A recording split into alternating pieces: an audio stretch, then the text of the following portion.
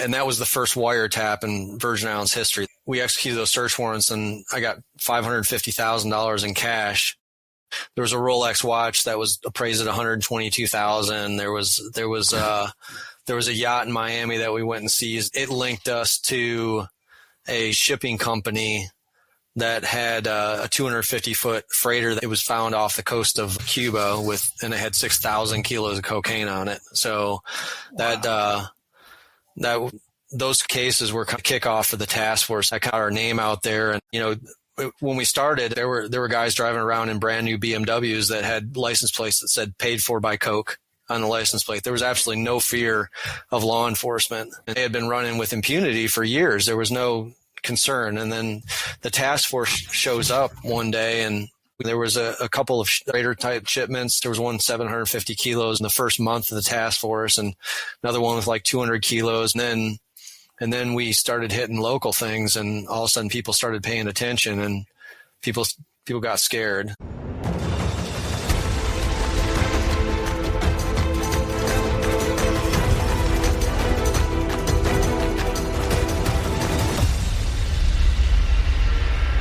Hey, everybody. Welcome back to part 2 of this week's episode with Chris Howell and Rikk Rambo.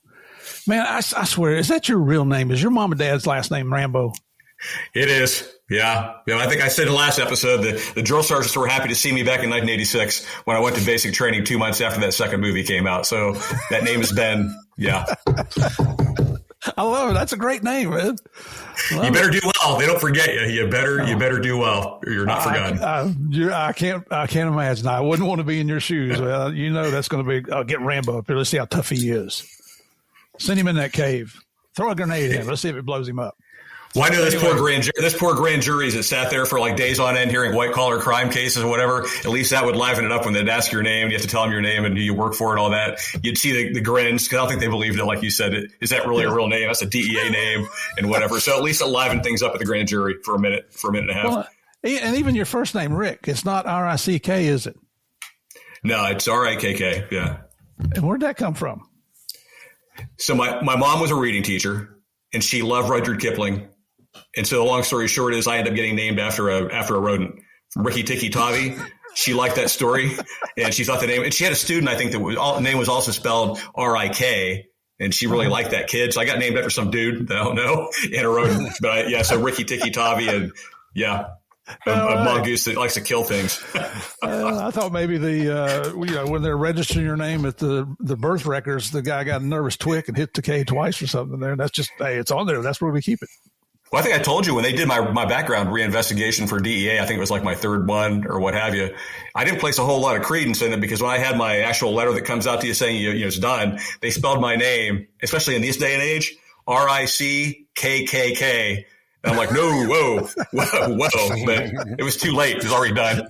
Damage was already done. Oh, man. So for our listeners, if you remember yesterday, so we've got Chris down in St. Croix, Virgin Islands. He's already gone through the police academy. He's getting ready to come out on patrol. We're going to get into that. And we talked about Rick's career, where you had just joined DEA. You were with the Marshals, getting ready to come over to DEA, I think is how we left it yesterday, yes, sir. Right? So, and we talked about your class number. Well, before we ask Chris, you got any funny stories from the academy, Rick, that you care to share about? Like, did you have to write any memos? I don't want to sound like a total kiss ass. I didn't have to write one like after hours memo or whatever. Somehow I dodged that bullet. I think I was just really good at like not getting caught. But yeah, I never rode the elevator. We weren't allowed to, remember we weren't allowed to use the elevators. If you lived on a top floor, you had to take the steps. Never used the elevator, never did shenanigans. I can tell you one good story from the academy. We had a fellow, he was an NYPD homicide detective, one of my classmates. And I can say his name because he's long gone. He's been retired too now. Super good dude. Just like almost everybody in my class. Just people that are like your brothers and sisters. Good people. His name was David Wong. He was from New York, and he was Chinese American, and he had a Bronx accent, which threw you for a loop when you hear that he sounded like something from like an old 1950s mafia movie or something, right? And whatever. But Dave had hit his birthday. I think 37 was our cutoff, right? So his birthday was the day we started the academy. He barely squeaked in. and made the age limit. So he's the old man of the class. We're all with 29, but 25, 29 years old. He's the old man of the class. He wasn't having any of the elevator business, right? He's really the elevator. And in his defense, he made it for a long time through the academy before somebody finally stepped on the elevator with him and they looked at him and he got caught. Well, what they did was they punished him because after a couple of weeks at the academy, you're allowed to go off campus on the weekends to go see a family or do whatever. Dave got that privilege rescinded. 37-year-old guy has his privilege rescinded for riding the elevator. Well, in solidarity, because, like Valenza, Solidarnos, we're like, if they do it to him, they do it to all of us. So we decided to have a parking lot party. And, but we were still at the FBI Academy living on campus. We were one of the last classes to live on campus before they had our little dormitories taken off over the side. But so we all went out in the parking lot. And our whole class. Well, National Academy is there. And for those of you who don't know National Academy, they're local police department like managers, sergeants and lieutenants and captains and whatnot. And they come to the FBI Academy to go through their own like a leadership academy at the FBI. It's called National Academy. Well, those guys are all bored. And so they've had enough of the boardroom, which is this little bar that's on campus at FBI. So they're out there in the parking lot with us. And the drinks, people brought drinks. And so we're out there and there was this we had a guitar player and we had a bagpipe player. And so we had a little band. We had it was like a little jam session in the FBI parking lot, clear at the end by the woods out there, like at the very end of the parking lot. And so it's a jam session. People started drinking. There was this one little short FBI cop, and FBI, they have like uniform guys that are like their police department to like patrol the grounds and to keep it secure. This guy, there's no other way to put it. I mean, we're all brothers in the fight. He was a little Nazi. He was like I'm short at 5'7". He was 5'5", but he was that guy that did have that attitude. Like he was in charge of something, by God. He yelled at a National Academy guy for going down the wrong like you go up the cafeteria on one steps and come down on the other steps. Well, the guy just went up the back way. This FBI cop actually gave a talking to a guy who'd been in law enforcement for probably 20 years. And that FBI cop so this is the guy I'm talking about. So you don't have to feel sorry for him when I tell you what was going on. So we're in there, and so I don't know if you remember. I'm going to say the name again. Ben Brainerd. I don't know if you knew Ben. He was one of our fire. Yes. So Ben was our firearms instructor. He shows up, and he's got his golf clubs. Now, this is where I'm not going to name names on who did this, but there were golf clubs and like old balls. You don't care what happens to them and whatever. Well, the cop starts trolling us back and forth in his patrol car and what have you. Now we're like watching this, but we're all doing whatever. He's going by enough where somebody gets out the golf clubs and breaks out the driving or the drivers. And every time he'd go within distance, they fired a volley off at him in the dark. Ultimately, you know what happened. It didn't go on. It went on for pretty much. I was surprised it went for as long as it did. We went for a while before they finally came out in force and it was everybody done and whatever. But nobody got reprimanded. We had some stern words by the guy, not our coordinator, but from whoever the main guys at the academy. I think it was Churchin. I can't remember his name, but Churchill. Yeah. But we had some harsh words that Monday morning and whatever, and there was no more parking lot parties after that. But for one brief shining moment, it was everything you wanted and more. Yeah. That's my academy story. When I went through in 87, we had 5 DEA classes. There was 5 bureau classes and an NA class. The academy was maxed out. There was not an open bed in the entire academy. And we used to go over to Lake Lunga out there on the little peninsula under the picnic tables and the trees. And we'd, every once in a while get a keg. Well, when we did, the NA guys, we'd tell them and they'd come out. And we were far enough away, we couldn't disturb anybody because you're out there all by yourself. But it was a lot of fun and there were a lot of memories were made there. If we were bright enough, we would have gone all the way to Lunga instead of doing it right there in the FBI Academy parking lot. Yeah. Anyway. See now, Chris, and I know there's stories in your academy. You're not going to tell us, okay, that's fine. I'm sure something went on in there. But you did tell us about that. What'd you call that woman? Sea hag. Sea hag. That qualifies. Yeah. All right. Okay, so let's see here. You're out of the academy, Chris, and we mentioned yesterday about a field training officer, but you said that didn't last too long. How long did it last? I think it wasn't long. I think I wouldn't think more than a month, if that. It was very short lived. But you knew your way around pretty well by now, right? No, I was definitely still learning, but it didn't take long. I would say within a few months I was I was starting to get the hang of it. So you knew where the upside down tree was, and upside down tamarind tree. Yeah. And where Junie fixes cars. Yeah. Yeah. And did you start talking in the same lingo that they used? Not really. I mean, I find myself now, like if I get a phone call from the islands, I'll kind of revert back to it. But, it pretty much only like if I was joking around would I do that. I didn't typically try to talk the language, the lingo, I should say. So the citizens down there, having a white guy from the States come down in a position of authority, were they accepting of you? I didn't really get. I mean, there were times that race kind of definitely played a role, like when I was on a scene. But I mean, I think a lot of times people were just happy to see, the police show up. So I don't think they really cared. I'd say that was a very small percentage of the population that had any concern about a white guy showing up. Mm-hmm. So I'm guessing you started out on a midnight shift. No, we were on rotating shifts. So every 2 weeks we'd rotate to a new shift. I'd rather be a permanent shifts. Yeah. I mean, that continually screws up your sleeping schedule. Oh yeah. The night shifts were killer for me back then. My body just couldn't adjust to it. So, yeah. How long, were you in patrol before you started moving into more of a specialized category? Well, I got recruited into undercover really early on. Like, I'm trying to remember. It was I probably wasn't even on for 6 months. And then, there was a local narcotics agency that, they had quite a reputation. They were known for public corruption. And there was one guy on that unit who was still allowed to file cases. The other ones, they were so giglioed up, they wouldn't accept cases at the Attorney General's office or the federal prosecutor's office. So I was walking foot patrol one day, and I see this blacked out SUV pull up beside me, and the window comes down, and he starts firing questions about when I graduated from the academy and how long have I lived here. And I had no idea who he was. And he didn't really introduce himself at all. And then he just drove off just like he pulled up. And about 20 minutes later, I get a call on the radio that I'm to report to the chief's office. And I figured, oh God, what have I done? Like I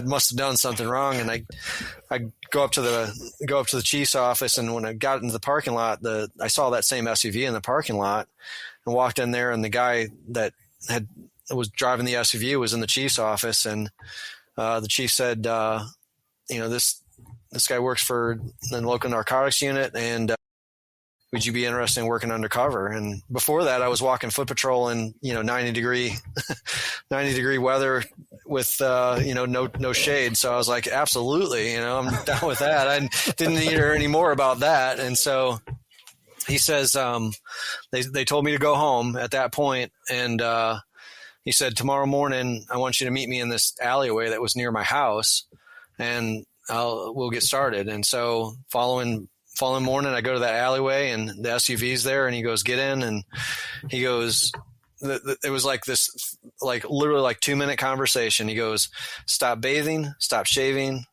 stop hanging out, with anybody. I want you to basically stay home. And then he hands me a pair of like worn out jeans and some overalls and a can of beer. And he goes, that's what you're going to be wearing. He goes, and I said, well, what's the beer for? And he goes, get a bucket, put the overall and jeans in the bucket, pour the beer into it, let it soak in the sun, and just let it dry out in the bucket. And he says, never wash it. Oh, and so I did as he instructed, and he says, I'll meet you back here in 1 week from now. And so, and he says, one thing you don't tell anybody what you're doing. Don't tell a soul. And he said, certainly don't tell anybody that works in my office. And it was a small unit. There's probably only like under 5 guys that worked in that office. And they were funded by the Virgin Islands government. And like I said, he was the only one that was still allowed to file cases. And so that following week, I went there and met with him wearing that stinky pair of overalls and jeans that he had given me. And he goes, "You're going to be buying heroin and crack." He says, "I want you to stay away from powder."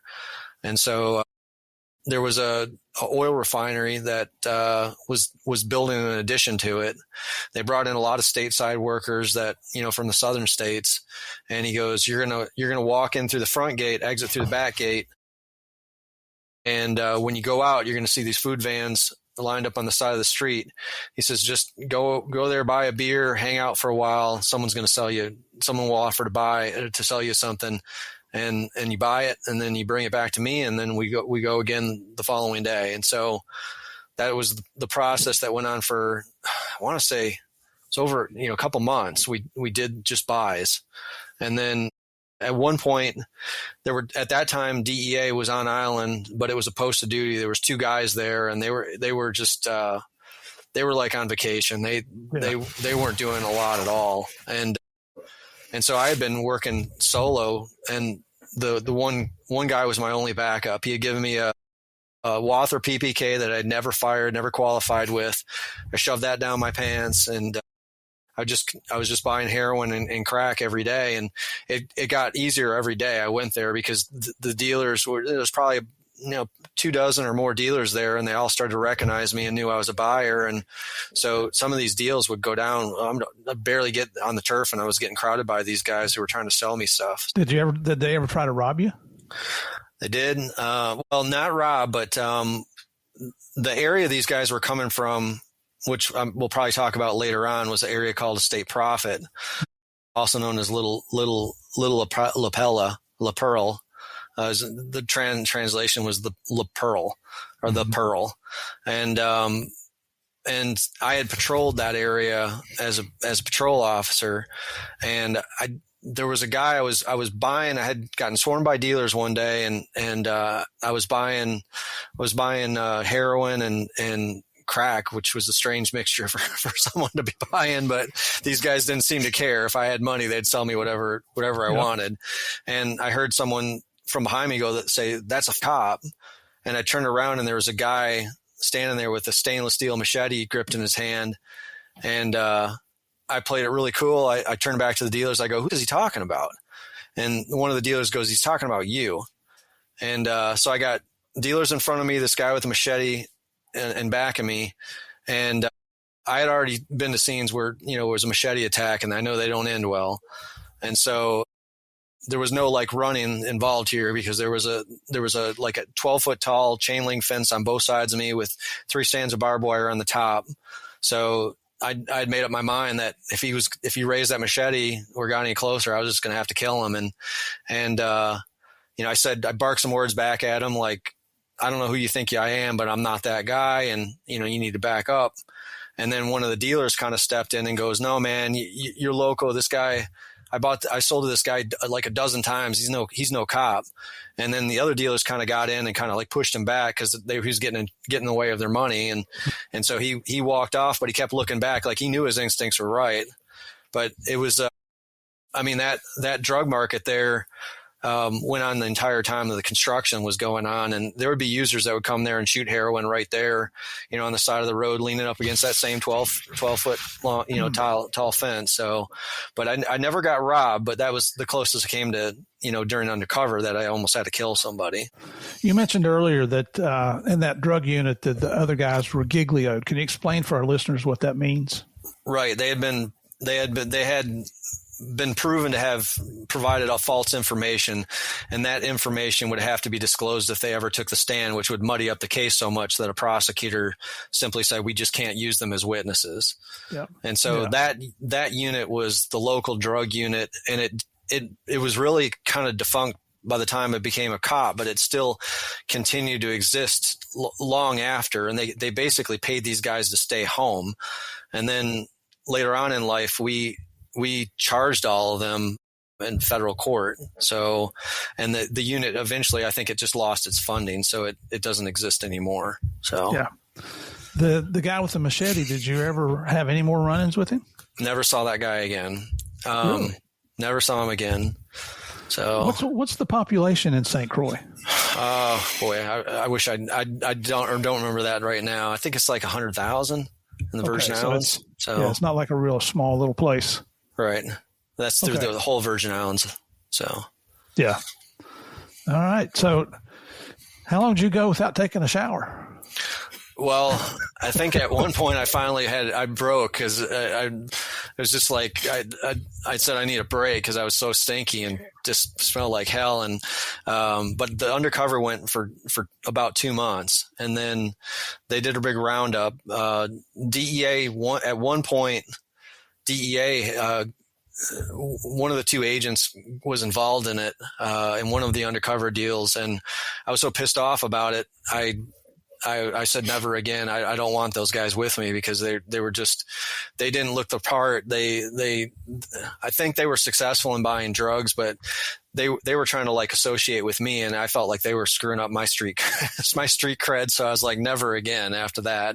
But yeah, so it went about 2 months, and then I went back to patrol, and then I got recruited into this gun trafficking task force under Captain Pete Anderson, and he was one of the two white guys I spoke about in the last episode. He had been there for quite a while, and he was a character. So yeah.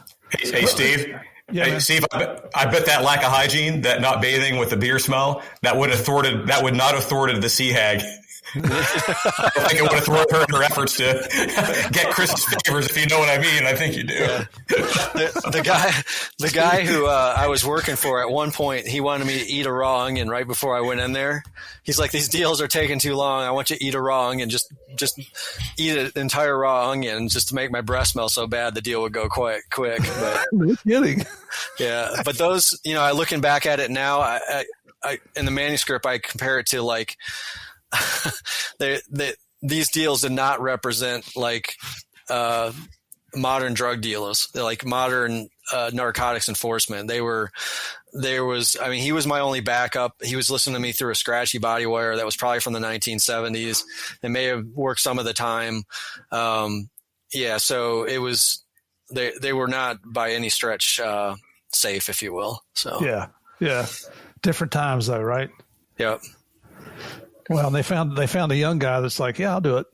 Yeah, I was down with it. I mean, that wasn't the end of the Undercover stuff. When I was assigned to Pete Anderson, I did Undercover for Naval Criminal Investigative Service too. It was called Operation Anchor Shield. So they sent me over to St. Thomas, and they were doing buy busts before a ship would come in to keep the drug dealers at bay. When the ship finally landed, the sailors, the place was dry because we had just bought up everything, and arrested everybody. So, wow. Who? So DEA was on the island. Were there other federal agencies there as with you? They were there, but they all had a pretty small footprint at the time. And when I got into Gun Group, our offices were located directly across the hallway from FBI, which had 2 agents, and then there was DEA that was separated just between one door, and we were up above the U.S. Attorney's office. So, and Customs was there. ATF had 1 agent at the time, so it was all a very small footprint.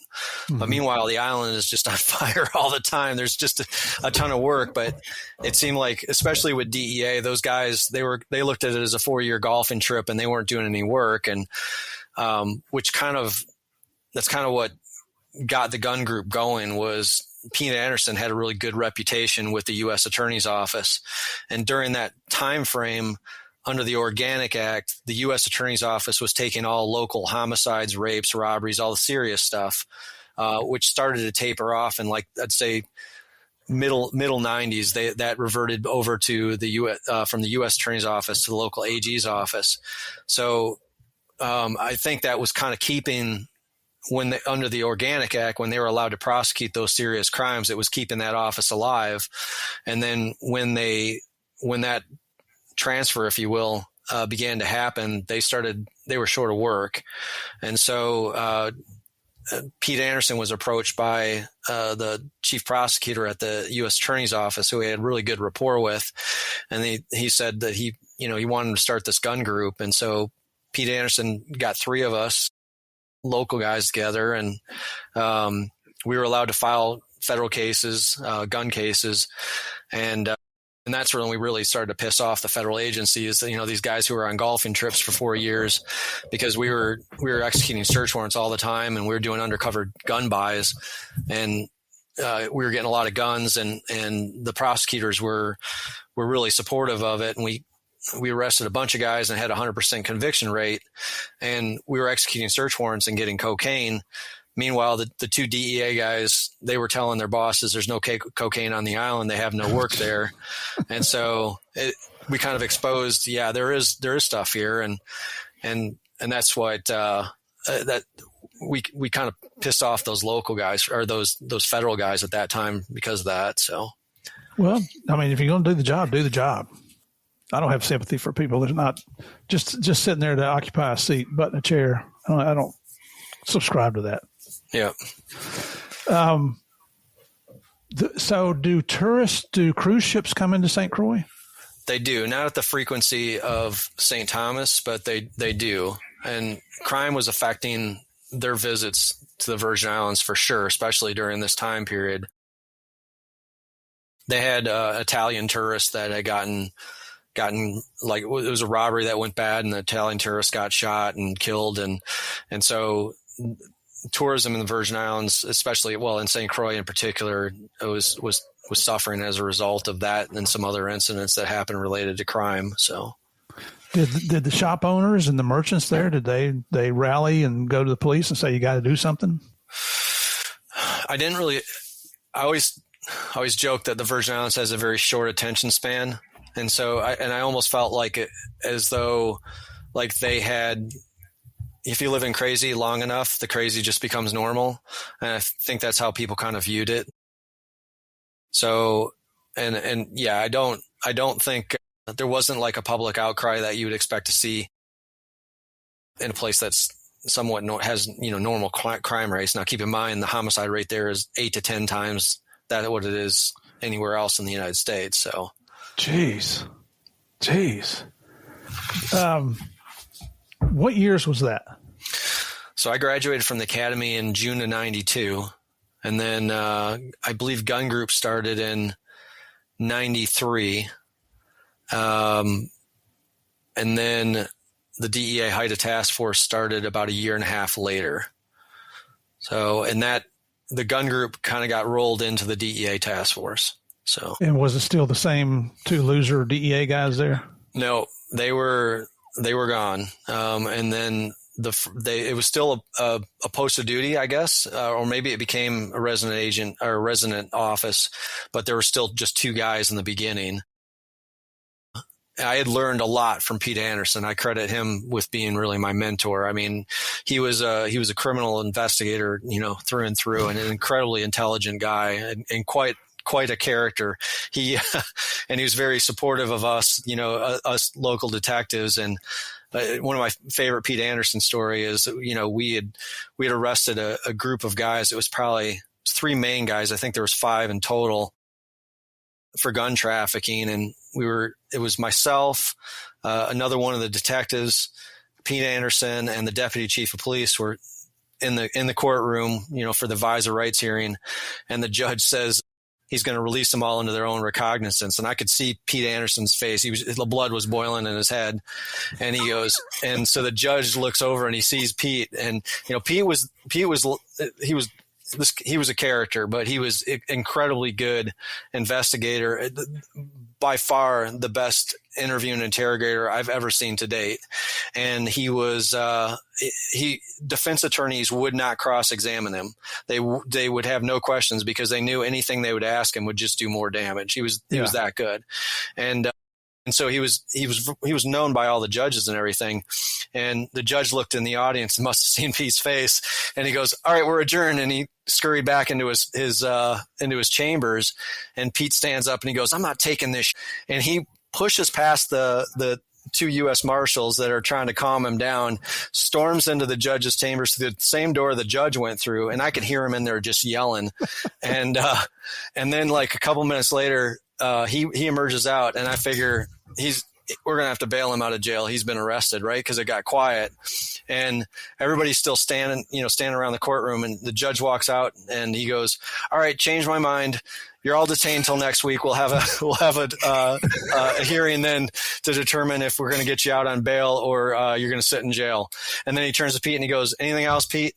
And Anderson goes, "Nope, that's it." And he goes, "All right, we're adjourned." And then he left. And Pete Anderson was the only guy that could get away with stuff like that. I mean, he was like I said, he was a big guy to begin with, but he was very intelligent. But oh my God, he levitated with energy, as he said. So now this was a federal judge? It was a federal judge, yeah, federal magistrate. And was he local? I don't know where he was. No, I think he was I think he was stateside, but he had been there for years. I've never heard of a judge making a claim like that. I'm like you. I would have thought that you'd have gone to the lockup to get him out. Oh, yeah. We thought for sure. I remember turning to the deputy chief of police and I go, "What do we do?" And he just sat there with this numb look on his face and he goes, "There's nothing we can do." So we just waited for the fallout to hear he had been arrested, and it ended very differently. So wow, that's a once in a lifetime story there. That's pretty cool. I mean, you would hope that everybody would have the stones to do that. And a lot of guys do, but when you take on a judge, you're usually going to lose. Yeah. Yep. So, yeah, for sure. Yeah. So. You know what? In today's environment, you'd probably lose your job. Yeah. Yeah, definitely. So, well, before we go too much farther, when did you come down to St. Croix? What year? I arrived there in 2002. Okay, so we still got a ways to go. Oh, yeah. When you came out of the academy, where was your first post of duty? Yakima, Washington. Did you want to go there? Or? I did. So I'm not sure how they're doing it right now, but they would give the class, when I went through, they'd give you all the openings, and then the class would get together for about a week and argue it out, who needs to go where. There was not very many bones in contention in our class. I think there was like 2 guys arguing for Atlanta. And you just throw your hat in the ring at that point, and headquarters picks. The bad thing about it is, you're the last 2. So if you don't get Atlanta, then you're going to go to probably Eagle Pass or someplace on the border, or you don't want to go. But so I'm kind of an eco-tourist. Do a lot of outdoor things: hunting, fishing, rafting, kayaking, climbing. So that was just a logical place to go to for me. I looked at the topography more than anything, but that was it. Nice. Well, now they know, before they start the academy, they know where they're going to be stationed. Okay, gotcha. Yeah. When I went through, you got to submit a wish list, and then you got whatever they gave you. Yeah. Which I got my 5th pick, which was Miami, and I'm real happy about that. It all worked out. In this HIDTA task force, and for our listeners, you've heard me talk about HIDTA before. That's High Intensity Drug Trafficking Area, which is sponsored by the Department of Justice. Quite honestly, it's just additional funding that you get for your cases. They have milestones you have to meet with an investigation to qualify to be considered a HIDTA case. But it sounds like it was wild west down there in St. Croix back during that time. All that Caribbean area was off the chain. What was going on in there? Yeah. So you guys St. Croix is a U.S. territory, so it's subject to all the constitutional laws like we have. So the residents were allowed to own weapons there. They could legally own weapons, correct? You could get a licensed firearm, sure. But most of what we were seeing in the gun group and throughout the task force, it was all unlicensed stuff. We had one case that there was over like almost 60 weapons that were what they call lied and buy, that were 2 guys would go up to Florida. They had Florida driver's license. They go in there and buy guns at a pawn shop or a gun shop, obliterate the serial number, ship them to the Virgin Islands and sell them. And the amount of money they could get for that illegal weapon was like 10 times of what they could get, if it was sold on the street in Florida. So there was a huge market for, illegal weapons there. And during that time period, the drug trafficking was just going crazy. So, and of course, guns and drugs always go hand in hand. So we were seeing a fair share of both. And when the task force started, not long after the task force started, there was like the first major incident. There were a lot of incidents involving cocaine drops, airdrops of cocaine in the U.S. and British waters. But in 96, I think the task force started in 95, and we had 2 agents come in for DEA that were new guys, and they were both solid guys. One in particular really was a young, energetic, agent. DiCaprio. That was Jimmy D. Yeah. And Jimmy kind of took over where Pete Anderson stopped as far as being a mentor, and I learned a lot from him.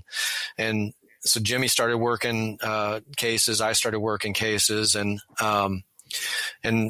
not long after, in June of 96, the Tortola incident happened, where it was 1,260 kilos dropped from aircraft and then picked up on go fast boats. They brought them into Tortola, and police attempted to roadblock the vehicle, and it ended up in a huge shootout between the police and the drug traffickers, where an officer was shot, survived, but was shot in the head and lost an eye.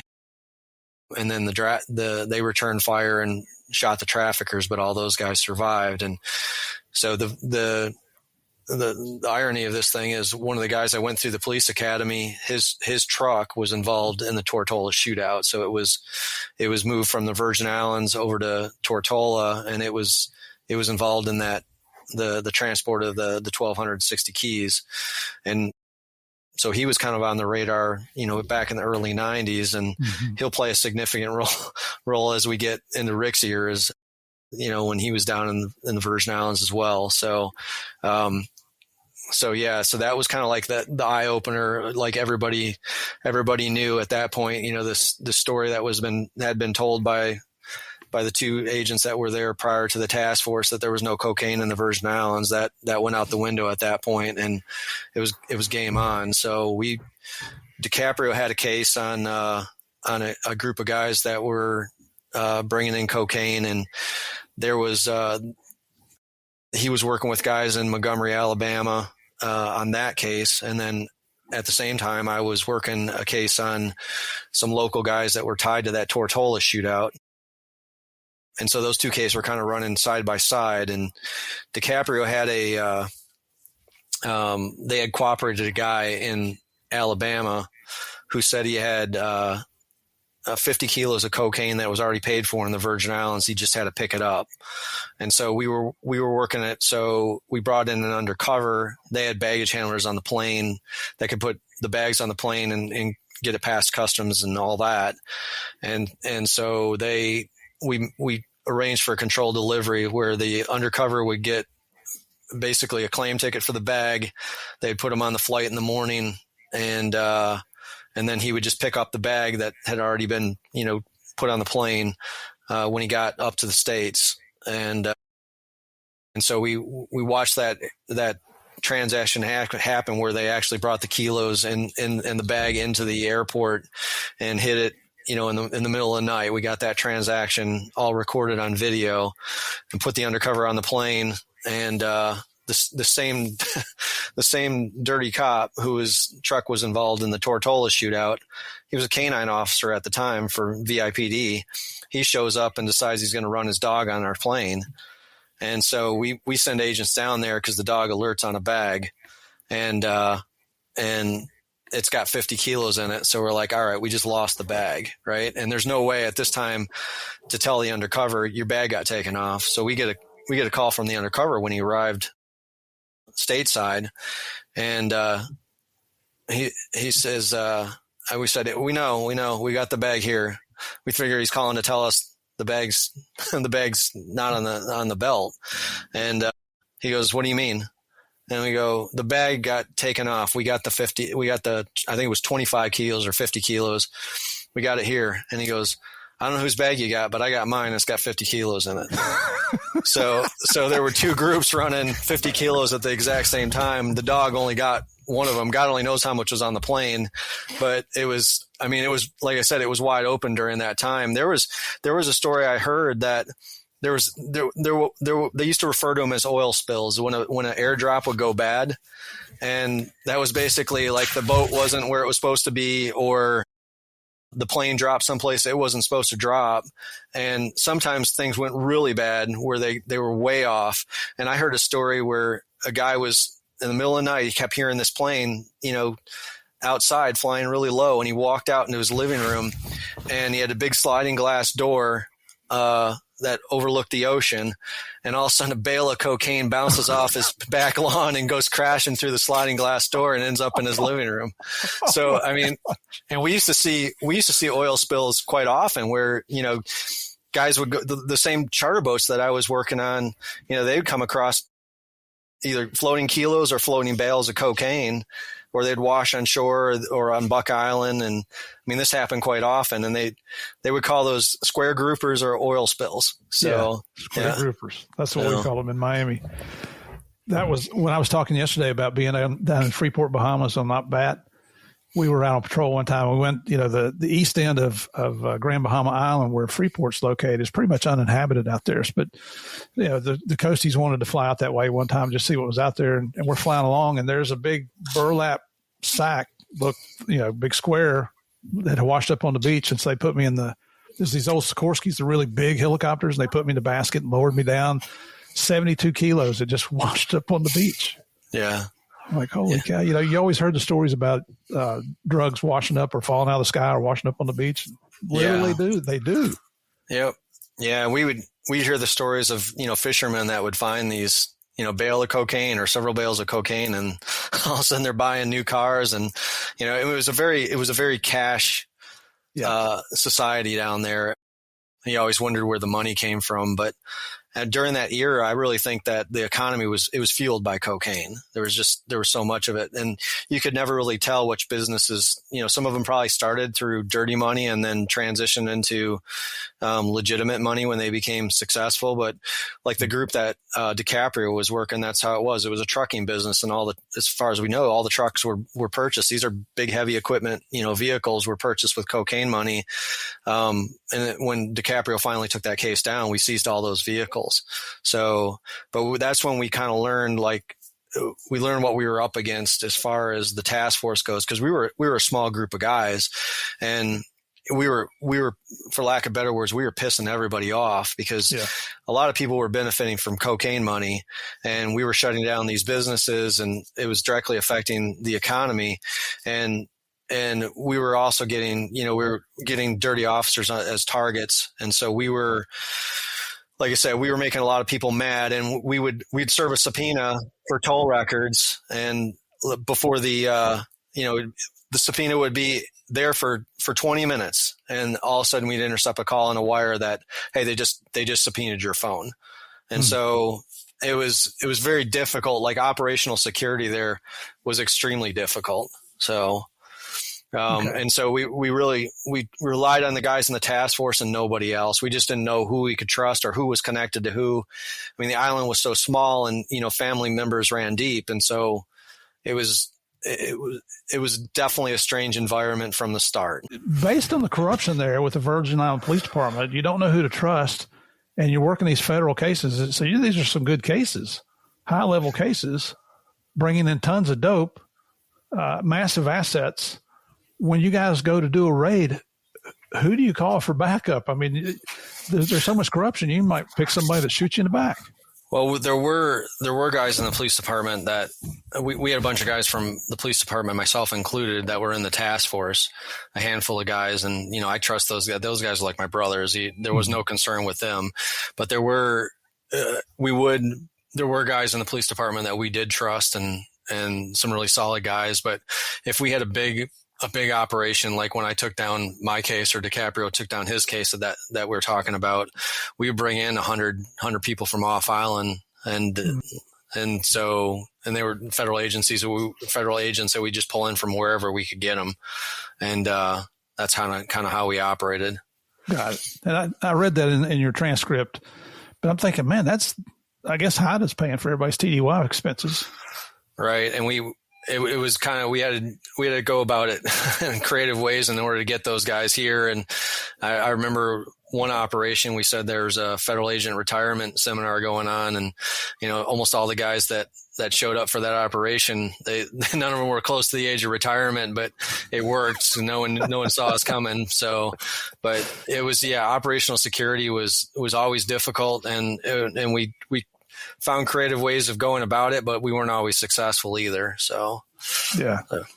That's and there was Rikk had sent me a link to I guess was it a YouTube show? Somebody did a show about that case, right? Right, the James Springett case. Yep. Yeah. They actually did 3 documentaries on that one case. I call that my 15 minutes of fame because it was the case that would never go away, and before we had executed search warrants in St. Croix. And that was the first wiretap in Virgin Islands history, that case. And we executed those search warrants, and I got $550,000 in cash out of one house and a bunch of jewelry. And there was a Rolex watch that was appraised at $122,000. There was a yacht in Miami that we went and seized as a result of that. There was a house that we seized. And then it linked us to a shipping company that had a 250-foot freighter that was attached to it that we put customs lookout, and it was found off the coast of Cuba and it had 6,000 kilos of cocaine on it. So that case was pretty significant over a long period of time. And the lead target in that case was taken into custody originally in Colombia, and he was involved in the Tortola shootout.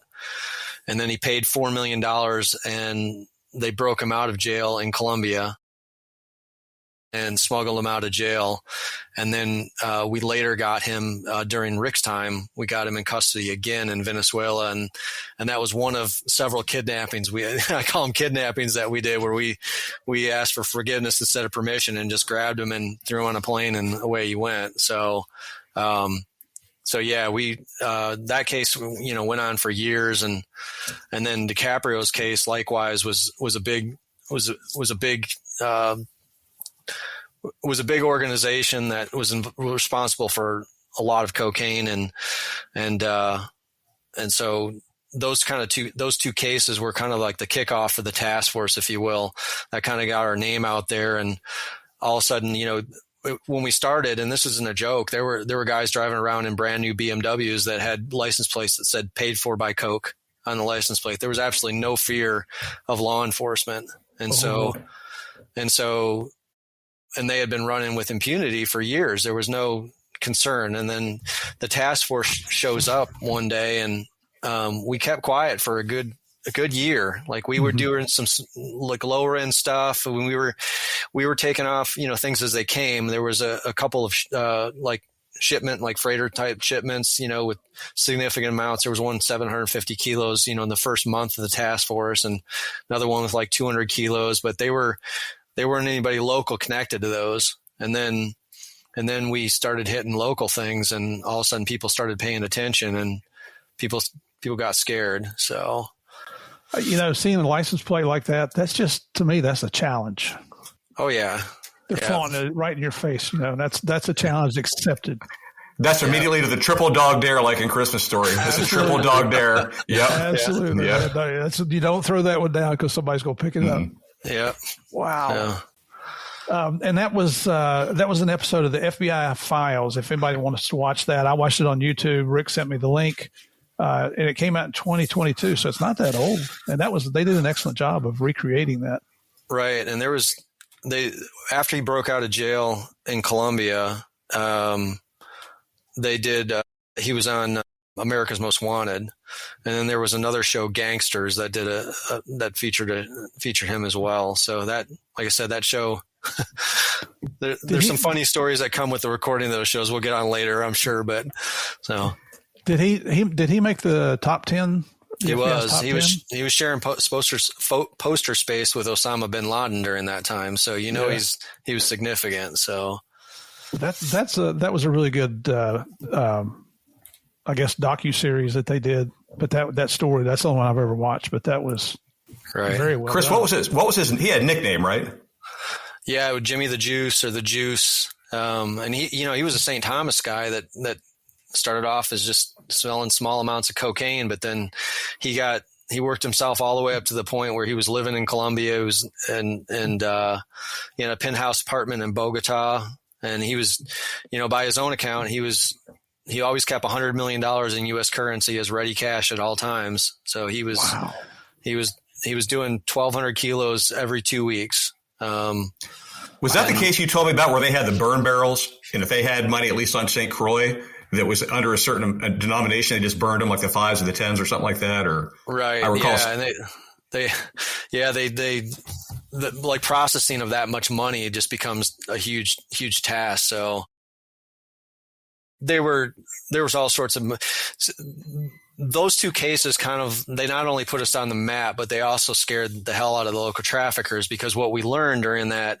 is you don't prosecute cases in the Virgin Islands unless you absolutely have to. So if we had one overt act, it could be an ounce of cocaine. And even if these guys were involved in 100,000 kilos, if we had 1 ounce that got us to the Southern District of Georgia, we bring the whole case up there, because then it took them out of it knocked them off their feet. They had no local juries that they could influence. And you bring them in front of a bunch of, hardworking people and say, all right, we just got $500,000 in a search warrant at their house. It's kind of like they're going to have a real hard time with that jury. And so anytime we had an opportunity to get venue outside the Virgin Islands, we took it, but that came at a cost, because as I explained in the beginning, the the federal prosecutor's office, they were struggling after the Organic Act transferred those serious crimes over to the Virgin Islands.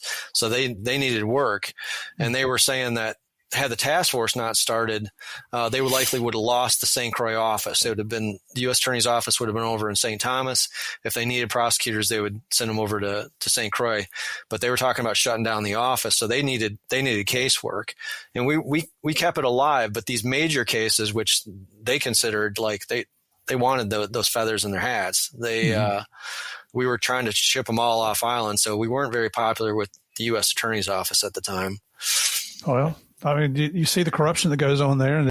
Well, the Virgin Islands, like the juries, only takes one person on a jury to hang it. And like Jimmy DiCaprio said, he's never seen so many hung juries in his life. And these were cases that, evidence was so clear, like it in any other jurisdiction, it wouldn't go to trial. They would plead guilty. They would just concede and plead guilty. And everybody would roll the dice in the Virgin Islands because you had nothing to lose. It only takes one person on a jury to corrupt it and hang it and frustrate the process. So we were seeing tons of hung juries. Yeah. And Steve, I remember as a brand new guy getting there, I go to the federal courthouse, where our office was the first week I think I was there. And there's like a big field next to that courthouse. It was completely filled with cars. There wasn't a parking spot within a quarter mile of that courthouse. And I'm thinking, I have no idea what's going on. That was just to pick a jury, because everybody knew everybody. Everybody was so intersectional when it comes to like family and friends and what have you. But Chris, I don't know if you recall how many people they had to do the voir dire process. A jury pick would take almost all day, because there's so many that. And a lot of people were candid and said, I'm related to this guy, or this guy lives next to my best friend, or, they grew up with him, went to high school with him. But, there was plenty that didn't tell those stories. Oh, yeah. So, and that's where our local guys, local task force guys, they really came in handy, because without them, we would just be in the dark. We didn't know. They knew everybody. So, Jeez. I mean, that's just some of the challenges that most people, especially if you're not in law enforcement, but a lot of places, even if you are in law enforcement, you don't encounter that. Correct. That's just everything you guys are doing down there. It sounds like an uphill battle. Very much so. And it when we get into a little bit later into the story, you'll see how it carries over into your personal life and how your family's affected by it. And I mean, it's, it really was a wild ride. When I was writing about this, there were times that I have to call Rick or I have to call Diaz or one of the guys and go, hey, I want to make sure that I haven't embellished this story. Like, because as I think back on it, it just seems fictional at this point. Like it's too outrageous to, like, I want to believe that maybe I've embellished it. And the answer was always no, you got it right. That's what happened. So that's what I say. When I started reading it, I couldn't put it down. I finished it, and it took me 2 days, but it's just that good. So I hope at some point you do publish these books, because I think you'll have a good hit there. And Rick, I don't mean to slight you here. I wanted to ask you, And if you're not comfortable talking about this, I understand, but you were involved in a shooting. What agency were you with? I guess your first shooting. I was with DEA. I was with DEA. Yes, sir. And was that in St. Croix, or was that Yakima, or where were you? Yeah, both of my first two shootings. Those were both in Yakima, Washington. They were 1 year apart from each other.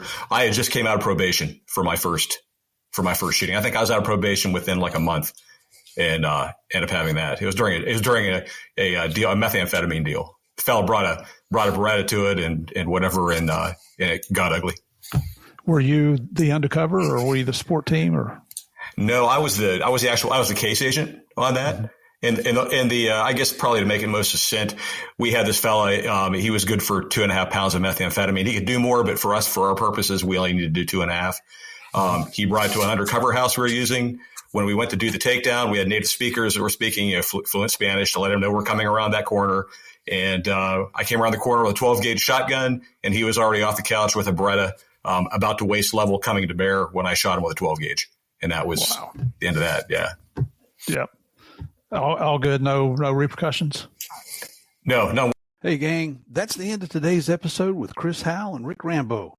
Sorry for that abrupt ending. We had a technical issue with the connections, but we'll pick up next week with parts 3 and 4. And let me just say right now, you really don't want to miss the rest of their story. As always, thanks for joining us here on Game of Crimes. God bless. Stay safe out there.